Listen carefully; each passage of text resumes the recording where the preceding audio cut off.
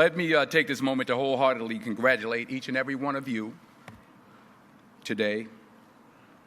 You graduated. You did it. You made it. Congratulations to you.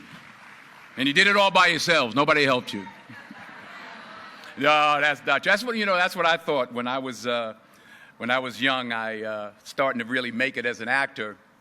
I came in. I talked to my mother. I said, "Ma, did you think that this was going to happen? I'd be so big, and I'll be able to take care of everybody, and I can do this, and I can do that, and I can." She said, "Boy, stop it right there. Stop it right there.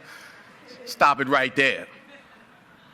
He said that if you only knew how many people that had been praying for you, how many prayer groups she put together, how many prayer cloths she gave me, how many times she splashed me with holy water to save my sorry behind her. She said it. She said, "Oh, you did it by yourself? I tell you what you can do by yourself. You can go outside, get a mop and a bucket and wash them windows. You can do that by yourself." Superstar. So I'm saying that to say I want to congratulate all the parents and friends and family and aunties and uncles and grandmothers and grandfathers and teachers and friends and enemies, all the people that helped you to get where you are today. Congratulations to you all. I'm going to tell about 2-3 stories. I'm going to keep it real short. I remember my graduation. Speaker got up there, went on forever, blah, blah, blah, blah, blah, blah, blah, blah, blah. So I'm going to keep it short. Number 1, put God first. Put God first in everything you do. Everything that you think you see in me, everything that I've accomplished, everything that you think I have, and I have a few things, everything that I have is by the grace of God. Understand that. It's a gift. 40 years ago, March 27th, 1975, it was 40 years ago, just this past March, I was flunking out of college. I had a 1.7 grade point average. I hope none of you can relate. I had a 1.7 grade point average. I was sitting in my mother's beauty shop. They still call it beauty shops now? What they call it now? Yeah, I'll sit in the beauty parlor. I was sitting in my mother's beauty parlor, and I'm looking in the mirror, and I see behind me this woman under the dryer. And every time she looked up, every time I looked up, she was looking at me, just looking me in the eye. And I didn't know who she was, and I said, she said, "Somebody give me a pen, give me a pencil. I have a prophecy." March 27, 1975, she said, "Boy, you are going to travel the world and speak to millions of people." Now, mind you, I was flunked out of college. I'm thinking about joining the army. I didn't know what I was going to do, and she's telling me I'm going to travel the world and speak to millions of people. Well, I have traveled the world, and I have spoke to millions of people. But that's not the most important thing, the success that I had. The most important thing is that what she taught me and what she told me that day has stayed with me since. I've been protected. I've been directed. I've been corrected. I've kept God in my life, and it's kept me humble. I didn't always stick with him, but he always stuck with me. So stick with him in everything you do. If you think you want to do what you think I've done, then do what I've done and stick with God. Number 2, fail big. That's right. Fail big. Today is the beginning of the rest of your life, and it can be very frightening. It's a new world out there. It's a mean world out there, and you only live once. So do what you feel passionate about.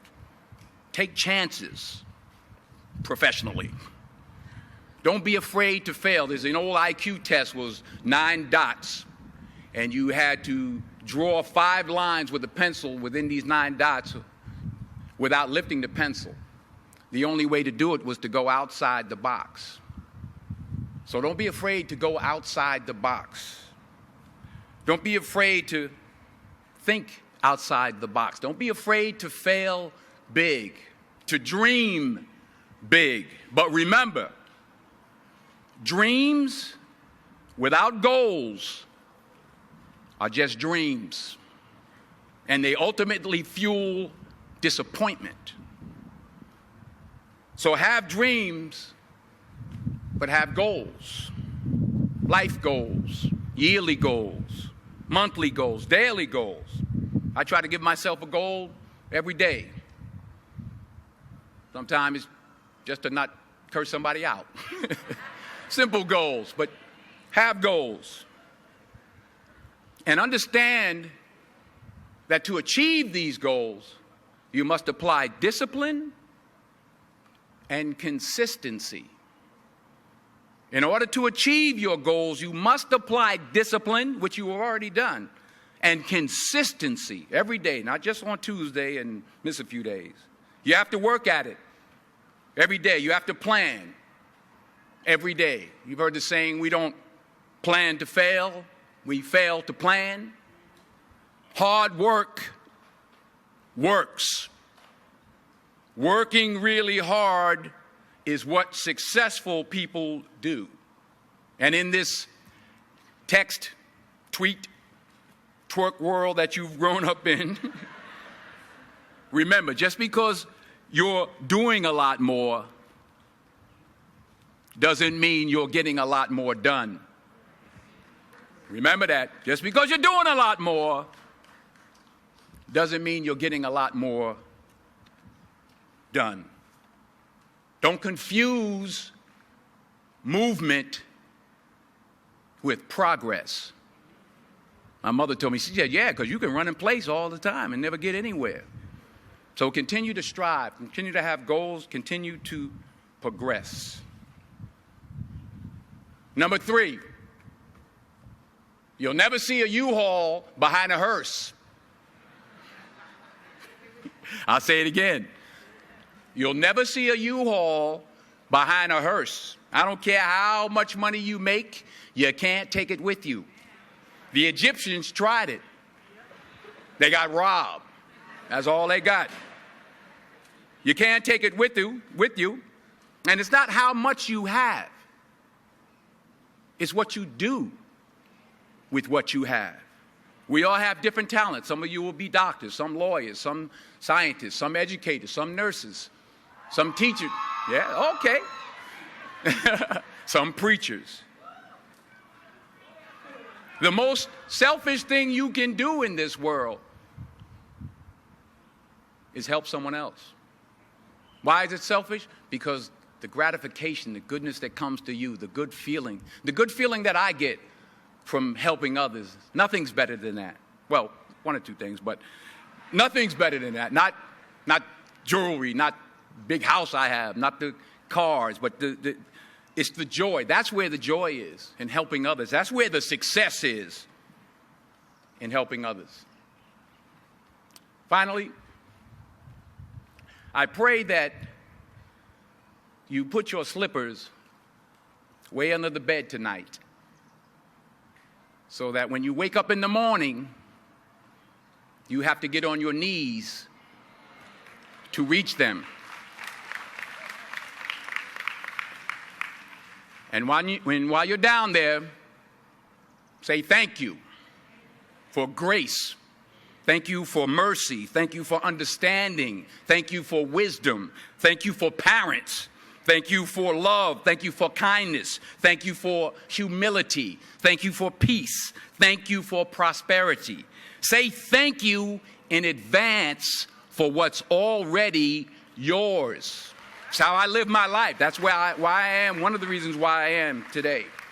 Say thank you in advance for what is already yours. True desire in the heart for anything good is God's proof to you, sent beforehand to indicate that it's yours already.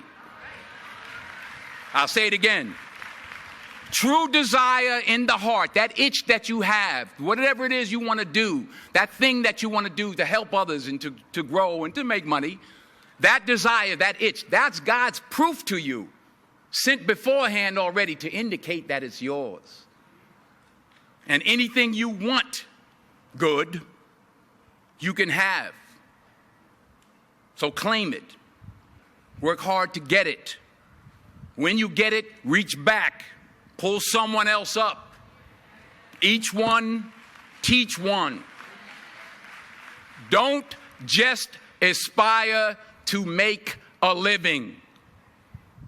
Aspire to make a difference. Thank you.